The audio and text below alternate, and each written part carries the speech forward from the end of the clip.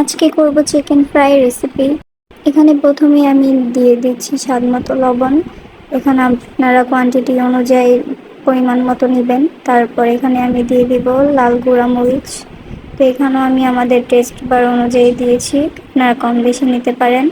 তারপর এখানে আমি দিয়ে দিচ্ছি সয়া সস, তারপর টমেটো কেচাপ। আমি এখানে গোলমরিচও দিয়েছি, কালো গোলমরিচ, ওটাও আপনারা দিবেন। ওটার ক্লিপ নেওয়া হয় নাই। তারপর এখানে আমি দিয়ে দিচ্ছি কর্নফ্লাওয়ারটা দিয়েছি, ম্যারিনেশন করে রাখবো। দেন কর্নফ্লাওয়ার দিয়ে আবার কোটও করতে হবে ময়দার সাথে। তারপর এখানে দিয়ে নিচ্ছি আদা বাটা দিয়ে তারপর মিক্স করে 1.5 থেকে 2 ঘন্টার মতো ম্যারিনেট করে রাখবো।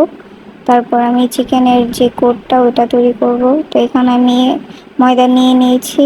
তারপর এখানে আমি কর্নফ্লাওয়ার দিয়ে দিচ্ছি পরিমাণ মতো। তারপর এখানে আমি কালো গোলমরিচ দিয়েছি, ওই দিন ওইটার ক্লিপ নেওয়া হয় নাই। তারপর দিয়ে দিচ্ছি স্বাদ মতো লবণ। তারপর এখানে লাল মরিচের গুঁড়া। তারপর এখানে আমি এটা ভালো মতো মিক্স করে চিকেনগুলোকে এটার মধ্যে কোট করে নিব। তো আমি এখানে চিকেনটাকে কোট করে নিচ্ছি, প্রথম কোটটা করছি। তো এটাকে আলাদাভাবে করতে হবে, বেশি চাপাচাপি করা যাবে না, নয়তো দেখা যাবে এটা হাতের সাথে লেগে চলে আসছে। তো আমি সেকেন্ড কোটটা করব, পানিতে কয়েক সেকেন্ডের জন্য রেখেছিলাম। তো সেকেন্ড কোটটাও ওইভাবেই করব, আস্তে আস্তে। তো দেখছেন কীভাবে করছি, সেভাবে করবেন।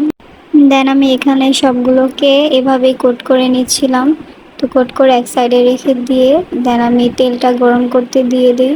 তেলটা বেশি গরম করা যাবে না, তো মিডিয়াম লোতে এটা ভাজতে হবে, নয়তো উপরের কোটটা বেশি ভাজা হয়ে যাবে আর ভিতরেরটা কাঁচাই রয়ে যাবে। তো ডুবো তেলে আমি ভেজে নিচ্ছি এখানে।